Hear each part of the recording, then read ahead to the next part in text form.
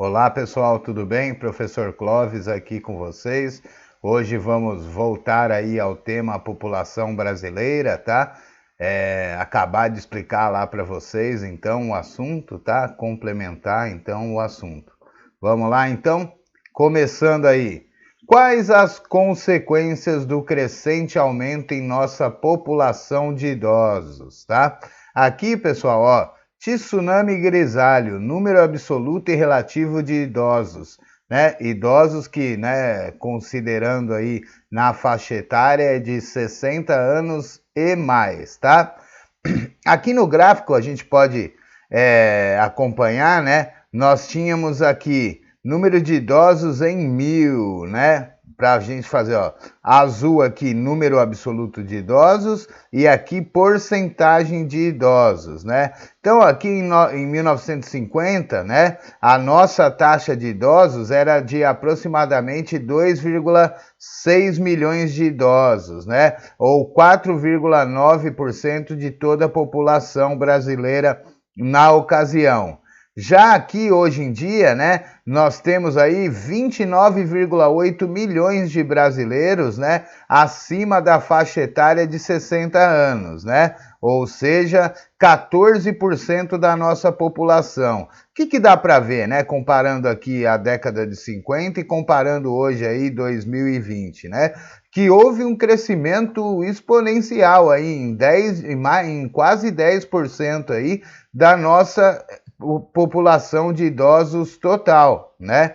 E dá para ver que o número cresceu bastante, né? De 2,6 milhões para 29,8 milhões, né? Um crescimento bem exponencial, né? E levando em dado também, né? Levando em consideração também com o número de nascimentos, né? Então a gente vê aqui uma previsão para 2075, né?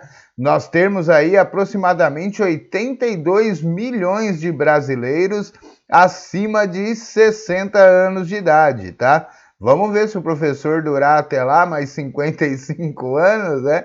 Eu vou estar com quase 100 aqui, tá?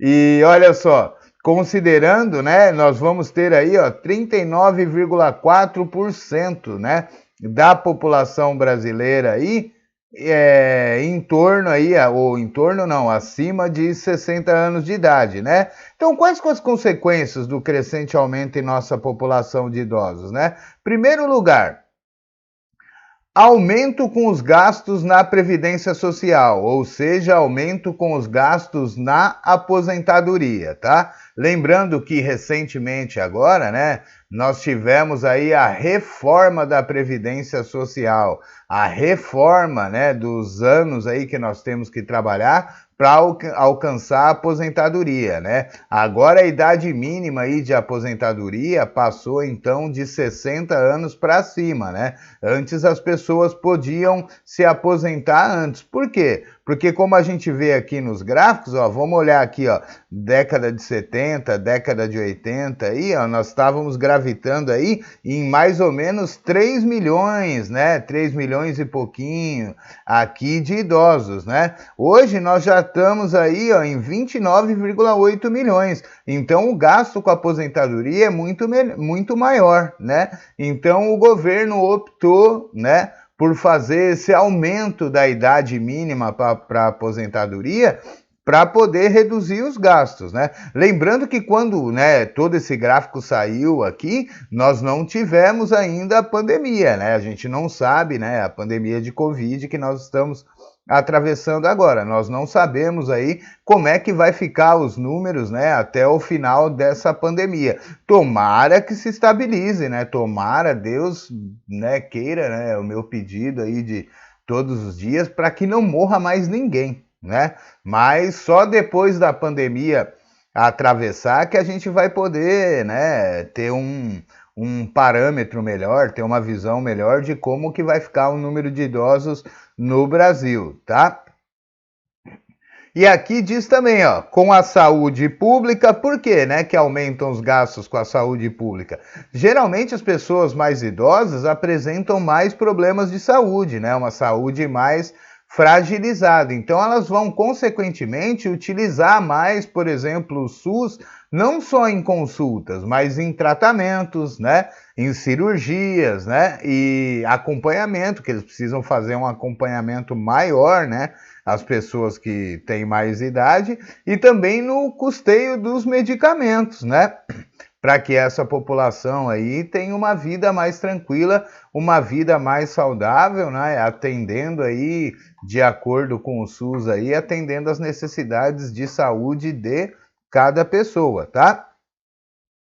E tem mais uma outra consequência, né, que é a questão do mercado também, né? O Brasil, né, ele vem transitando aí de um país subdesenvolvido para um país desenvolvido. A sua população também tem acompanhado, né, esse crescimento aí, né, econômico do Brasil, esse avanço econômico, e isso reflete na população também, né? Hoje em dia, com a maior participação da mulher no mercado de trabalho, né, as mulheres estão optando por ter cada vez menos filhos, né? Então, assim, como nasce menos pessoas e as pessoas tendem a envelhecer mais, o que acontece? Pode ser que de uma hora para outra aí falte mão de obra no mercado. Não é o nosso caso hoje, né? Mas a gente pode exemplificar, por exemplo, na Europa, nós temos aí a maioria dos países aí que faltam, né, dos países industrializados da Europa, que falta mão de obra para que eles possam atender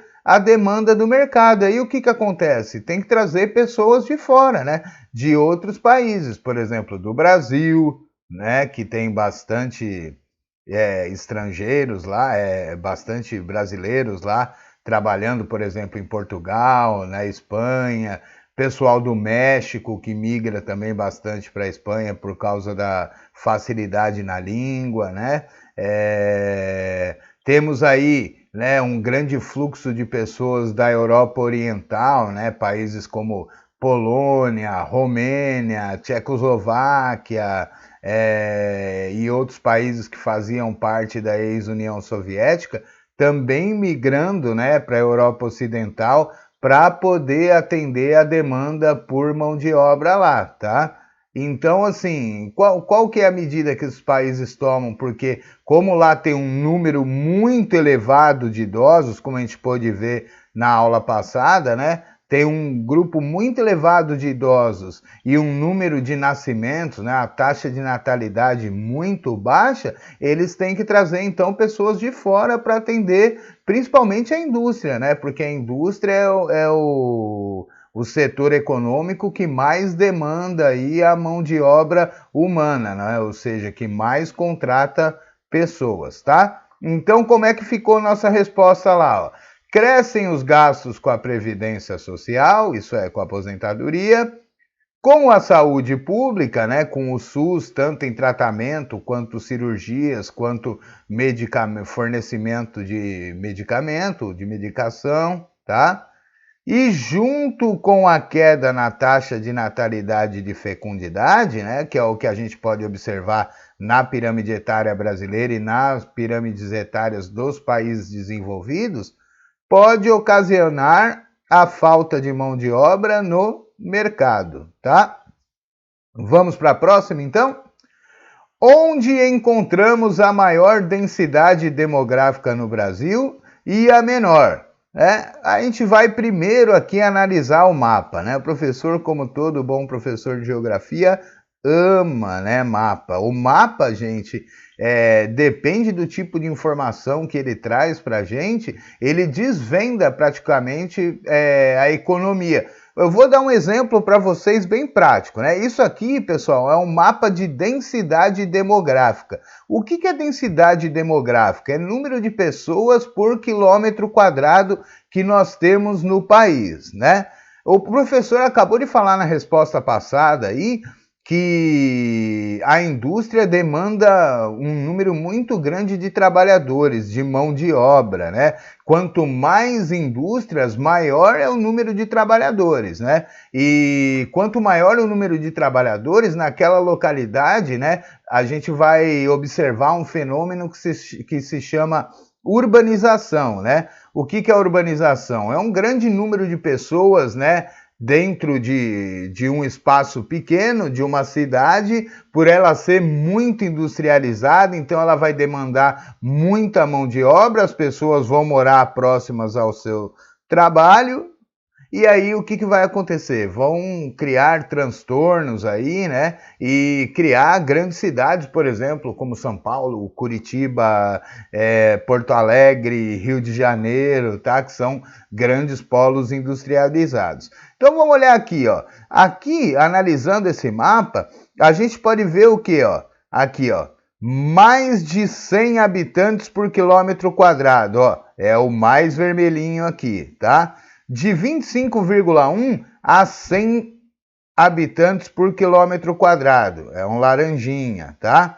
Aí de 10,1 a 25 habitantes por quilômetro quadrado, aí já é um ocrezinho aqui, né? Aí aqui, ó, de 1,1 a 10 habitantes por quilômetro quadrado, já é bem clarinho aqui, né? Uma cor, um amarelinho bem clarinho, e aqui, ó, menos de 1,0 habitantes por quilômetro quadrado é quase que um branquinho, aqui um creme, tá?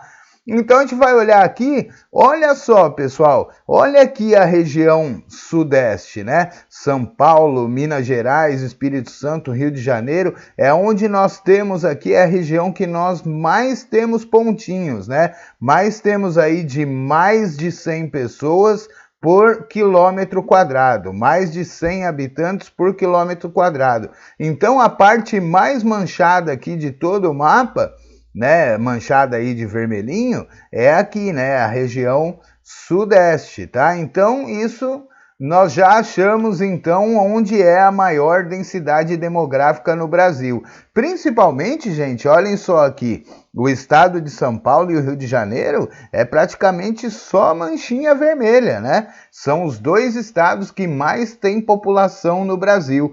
Por que que tem mais população? Porque são os dois estados mais industrializados do Brasil, né? Lembrando a vocês, eu já disse isso, só ressaltando para vocês, só o estado de São Paulo sozinho é responsável praticamente por 50% da produção de todas as riquezas do país, ou seja, né, ele é responsável pelo PIB do Brasil, quase pela metade do PIB do Brasil, né, do Produto Interno Bruto do Brasil, que é a soma de todas as riquezas produzidas dentro de um país, né? Então é muita coisa, gente. Lembrando que o estado de São Paulo foi onde começou a industrialização no Brasil, tá? São Paulo e Rio de Janeiro, tudo bem? Depois, mais para frente, a gente vai estudar as causas dessa industrialização localizada aqui em São Paulo e Rio de Janeiro principalmente, tá? Agora a gente vai olhar aqui no mapa e vai ver onde é a menor, onde tem aqui, ó, mais pontos aqui dessa corzinha aqui, creme, bem clarinho, beirando um branco, né? A gente vai reparar aqui, ó, região norte aqui, ó, Acre, Amazonas, Roraima, Amapá, Pará, né? É onde nós temos aí os maiores vazios demográficos que nós falamos, né? Olha lá, ó, menos de 1 habitante por quilômetro quadrado. Muito disso, né? Muito disso aí é causa da floresta amazônica, tá? Então, como nós temos a floresta amazônica aqui e uma boa área conservada ainda, então nós temos um número menor de pessoas. E o que a gente pode deduzir, economicamente também dessa região, né? Que é uma região que não tem muitas indústrias, né? O professor falou que quanto mais industrializado o lugar, maior vai ser o número de habitantes, né? Então aqui é um lugar que tem poucas indústrias também, tá? Isso evidencia, né? Fica evidenciado pelo mapa. Por isso que o professor falou, depende do tipo de mapa e do tipo de informação que ele traz, a gente pode, por exemplo, aqui é um mapa de densidade demográfica, né? Mas a gente pode, através da análise desse mapa, a geografia já aponta para a gente aonde são os pontos mais desenvolvidos economicamente e onde são os pontos menos desenvolvidos economicamente do nosso país, tá? Fica evidenciado pela distribuição da população. A geografia é maravilhosa, né, pessoal? Então vamos lá para a nossa resposta, ó. Maior densidade demográfica no Brasil encontra-se na região Sudeste, olha lá, São Paulo, Minas Gerais, Espírito Santo e Rio de Janeiro. Enquanto que a menor densidade demográfica encontra-se na região Norte, a região que tem aí os maiores vazios demográficos no nosso país. Beleza, pessoal? Próxima! O que é o censo ou recenseamento demográfico, né? Pessoal, o censo é uma pesquisa realizada aqui, ó, pelo IBGE, Instituto Brasileiro de Geografia e Estatística, né, que é o órgão responsável por levantar informações da população, de comércio, de industrialização e outras, né, análises essenciais aí para o Brasil, para o governo do Brasil, para poder tomar as medidas adequadas por região, por estado, por cidade, né? Lembrando que o nosso país é um país com dimensões continentais, é um país muito grande, então, né, tem que tomar decisões aí segundo a geografia, pelo menos, né, quanto menor o espaço a ser administrado, melhor ele vai ser administrado. Então o IBGE tem que levar esses dados para os governos regionais, né, para os governos estaduais, municipais e federal, para ele poder tomar as medidas adequadas de acordo com cada região,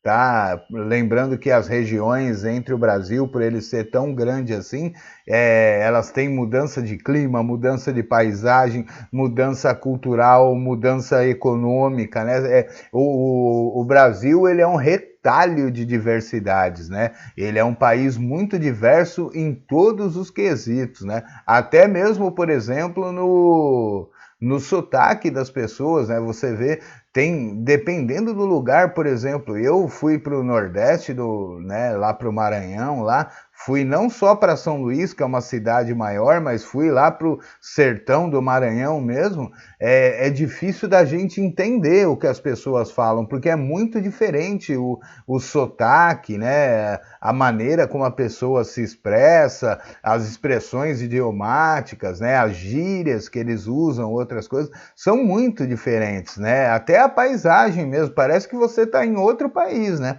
Para ter uma ideia de como o nosso país é grande, tá? Então essa pesquisa é realizada de 10 em 10 anos, né? Ela seria realizada agora, mas por causa da pandemia ela foi adiada, tá? E ela vai trazer para a gente as informações, né, uma informação mais aprofundada sobre o perfil da população brasileira, né? Por exemplo, primeiro ponto que ela pega é por gênero, né? São pessoas, né? Chega lá na sua casa, lá o recenseador do IBGE bate lá. Ô, dona Maria, tudo bem? A senhora pode vir aqui um pouquinho? Quantas pessoas moram com a senhora aí, dona Maria? Ah, sou eu, meu marido e meus 2 filhos. Ah, tudo bem. A senhora tem quantos anos, dona Maria? Ah, eu tenho 41 anos. Então ele vai anotar lá, dona Maria, 41 anos, 2 filhos. A senhora trabalha? Não, eu fico em casa, né? Eu sou do lar, né? Como falam, né? Eu tomo conta dos meus filhos. Aí ele vai anotar lá, atividade econômica, do lar, né? E o seu marido trabalha? Sim, meu marido trabalha. Trabalha onde? Trabalha lá no porto. Ah, tá, trabalha no porto. O que ele faz lá? Ah, lá no porto ele é estivador. Ela vai marcar estivador lá. Beleza. Os filhos da senhora, quantos anos tem? Ah, eu tenho um filho de 6 anos e tenho um filho de 12. Ah, tá. São meninos ou meninas? Meninos. Então, ó, 2 meninos, um de 6 anos e outro de 12 anos. Eles estão na escola? Sim. O de 6 anos está o quê? Ah, o de 6 anos está no pré. E o de 12 anos? Ah, o de 12 anos está no 6º ano. Ele vai anotar todas essas informações. Ah, quanto que o marido da senhora ganha? Ah, ele ganha cerca aí de 3 mil, 4 mil reais. Ah, tá bom, aqui, renda 3 a 4 mil reais. Quantos carros? A senhora tem automóvel? Meu marido tem um carro aí, pois então tá bom, vou marcar lá, tem um carro, tem uma moto, e assim por diante, né? Então, assim, ele vai registrar a população mais a fundo, né? Para passar esses dados para o governo, para ele poder tomar as medidas adequadas, né? De acordo com a região, como a gente vem falando aqui, tá? Então vamos ver lá, ó. Pesquisa realizada de 10 em 10 anos pelo IBGE, que permite conhecer a população a fundo, levantando o número total de habitantes por gênero, né, se é homem ou mulher. Agora, nesse recenseamento novo, não sei se continua assim, né, mas pelo menos no último recenseamento ele leva também em consideração a identidade sexual da pessoa, né, por exemplo, eu posso ser homem, mas eu posso ser homoafetivo, né. Então ele marca lá, homem homoafetivo, né? Ou então eu posso ser uma mulher homoafetiva. Ele marcava também, né? Por isso que a gente colocou aqui gênero, tá? Então assim, eu sou um homem homoafetivo, eu sou um homoafetivo, um homossexual. Então eu vou marcar lá, sexo masculino, gênero homoafetivo. Beleza? Continuando, idade, né, para fazer a pirâmide etária, que a gente já estudou. Localização, ó, a Dona Maria mora no Paulas, em São Francisco do Sul, em Santa Catarina, tá? E dados econômicos e sociais, né, que nem o professor falou. Quanto ganha? Trabalha do quê? A senhora trabalha? Quanto é a renda da casa? As crianças trabalham? Quantas crianças? Qual o gasto que a senhora tem com as crianças? E por aí vai. Tá, pessoal? Beleza? Continuando. O que é taxa de fecundidade? Por que ela vem diminuindo no Brasil, né? Pessoal, taxa de fecundidade às vezes é confundida com taxa de natalidade, tá? Elas são diferentes, tá? Ó, aqui, ó, taxa de fecundidade indica o número médio de filhos por mulher entre 15 a 49 anos, né? Que é considerada aí a idade reprodutiva da mulher, até onde a mulher engravida, né? Desde quando ela começa, né? Geralmente ela começa, né? Aqui no Brasil, infelizmente, nós temos casos aí de crianças com 12 a 13 anos já virando mãe, né? E 49 anos, tem as suas exceções, tem mulheres que têm filhos após os 50 anos, né? Mas geralmente a vida reprodutiva da mulher vai em torno aí até os 48, 49 anos, tá? Então é o número de filhos que ela tem. Já a taxa de natalidade é o número de nascimentos a cada 1.000 pessoas, tá? Então, o número de nascimentos a cada 1.000 pessoas é taxa de natalidade. Taxa de fecundidade é o número médio de filhos por mulher entre 15 a 49 anos. Vamos olhar de novo lá para confirmar aquele negócio que o professor estava falando, que como a gente está tendo envelhecimento da população brasileira, né? Assim como a gente constatou que de 1950 até hoje o número de idosos aumentou bastante, a gente vai constatar agora que tanto a taxa de natalidade quanto a taxa de fecundidade no Brasil vem diminuindo, né?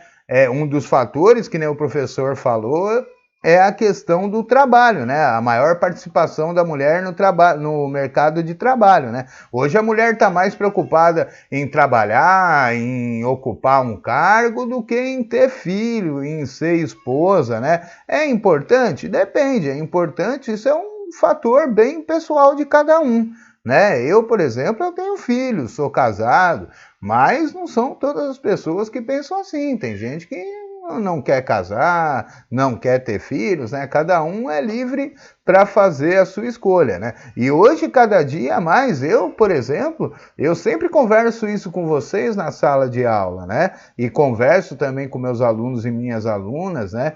Para mim, quanto a mulher mais se emancipar, quanto mais ela estudar, quanto mais ela trabalhar, quanto mais ela se especializar, né? Fazer uma universidade, especialização e tiver uma liberdade econômica, melhor é para ela, né? Porque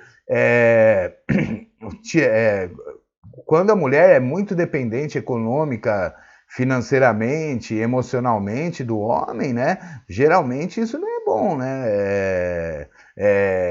E dá voz aí, dá força aí para o machismo, que é um dos grandes problemas sociais, né, que nós temos no país. Então vamos olhar aqui, ó. Aqui azulzinho tá mundo, aqui laranjinha tá Brasil. Então vamos dar uma olhada, ó. Aqui, ó, filhos por mulher, tá? Então, ó, no Brasil lá da década de 50, ó, as mulheres tinham 6 filhos. Imagina, cada mulher tinha 6 filhos. Né? Com o passar do tempo, isso foi caindo. Ó. Na década de 80, de 90 aqui, ó, já caiu para metade, tá? Já caiu aqui para 3 filhos, ó, tá? Aí aqui, ó, perto dos anos 2000, ó, 2010 aqui, ó, já caiu para 2, tá? E deu uma estabilizada aqui em 2. Então hoje, né, a taxa de natalidade, a taxa de fecundidade, perdão, da mulher brasileira aí é 2 filhos, tá? E a gente vê que no mundo também, né? No mundo, justamente por causa dessa participação da mulher aí no mercado de trabalho, né? Uma mulher mais livre, né? Uma mulher mais responsável, menos, né? Menos, digamos, economicamente dependente, tá? Então, olha lá, ó, a mulher no mundo, né? Na década de 50, eram 5 filhos por mulher. Isso aí também foi caindo, tá? Teve também uma queda grande. A queda no Brasil foi mais acentuada do que a queda no mundo, tá? Mas isso aí envolve bastante outros fatores aí que a gente vai ver futuramente. Beleza? Então, pessoal, próxima. O que é a taxa de crescimento natural, né? Crescimento natural, pessoal, que a gente chama também de crescimento vegetativo, né? É a diferença entre a taxa de natalidade, né? Que é o número de pessoas que nascem a cada 1000 pessoas, né? E a taxa de mortalidade, que é o número de pessoas que morrem a cada 1000 pessoas também, tá? Então, ó, diferença entre a taxa de natalidade e a taxa de mortalidade, conhecida também como crescimento vegetativo. Talvez a gente veja mais como crescimento vegetativo, tá? Do que crescimento natural, que já não se utiliza tanto assim, né? É que o professor é das antigas, tá? Mentira, é brincadeira, o professor é novão aqui, ó. Tá? Então, olha só. Vamos olhar aqui, ó. Taxa de natalidade, olha lá, de novo confirmando aqui, ó. Caindo, taxa de natalidade da década de 50 até 2020, olha o quanto caiu, 44,4% para 15,66%. E aí o crescimento vegetativo, né? Ó, foi também caindo, ó, de 2,35% para 0,72%. Só que aí envolve 2 fatores, né? Natalidade e mortalidade. O professor falou, o envelhecimento da população hoje é maior e a taxa de natalidade é menor. Então, isso fez com que diminuísse aqui, né, o crescimento vegetativo, tá? Morre gente, morre menos gente, porque a qualidade de vida melhorou, então as pessoas morrem mais tarde e, ao mesmo tempo, nasce menos gente aí por causa de fatores como a participação da mulher no mercado de trabalho. Beleza? Próxima e última. O que significa a taxa de mortalidade? Ó, já diz aqui, infantil.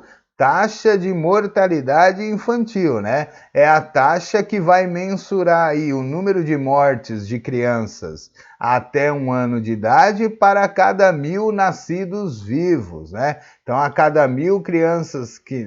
todo mundo nasce vivo, né? Não, tem nasce morto também, né? Mas os que duram, né? Então, se durou de 1 ano para mais, não vai entrar nessa infeliz estatística aí, que é a mortalidade infantil, né? Então vamos lá, ó. A gente vai olhar aqui também como as coisas têm melhorado. Isso aí também, gente, ó, um gráfico desse aqui, ele implica também no desenvolvimento econômico do Brasil, tá? Então, olha só, em 2000, ó, para cada 1000 crianças, para cada 1000 nascimentos, ó, nós tínhamos 30,1 crianças que morriam nos anos 2000. Em 2003 já baixou, tá? E agora, agora aqui em 2016, teve uma leve alta em comparação aqui a 2015, tá? Outra coisa que também a gente vai ter que ver depois aí da pandemia aí do Covid, né? Outro dado que a gente vai precisar analisar. Graças a Deus, pelo que eu tenho visto, pelo que eu tenho pesquisado, assim, as crianças, principalmente os recém-nascidos, não estão sendo afetados aí pelo Covid, não em sua maioria, né? Graças a Deus, né? Mas mesmo assim, mesmo porque eu tenho uma nenezinha também, né? Mas assim, a gente consegue observar que se cai essa taxa de mortalidade é porque a vida naquele país também melhorou, né? Melhorou o quanto que as pessoas ganham, a qualidade de vida, o que eles podem ofertar para as crianças, né? Avanços na medicina, tá? Acesso à saúde pública, acesso à rede de esgoto, saneamento básico, tá? Isso também é bastante importante. Então, ó, outra coisa, a geografia é fantástica, eu amo essa geografia.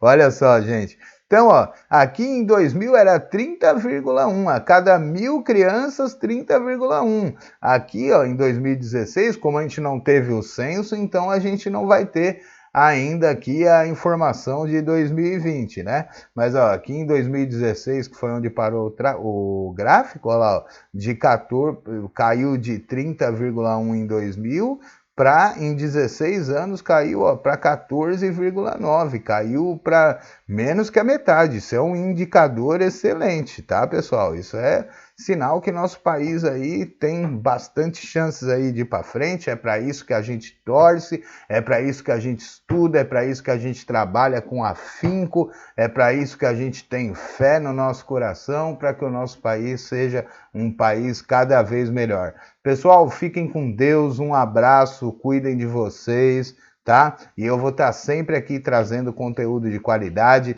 Vai lá no canal, siga o canal, dá o seu joinha lá, dá o seu like, ajuda esse professor a se desenvolver tanto quanto a economia do Brasil. Gente, abraço, fiquem com Deus. Tchau, tchau.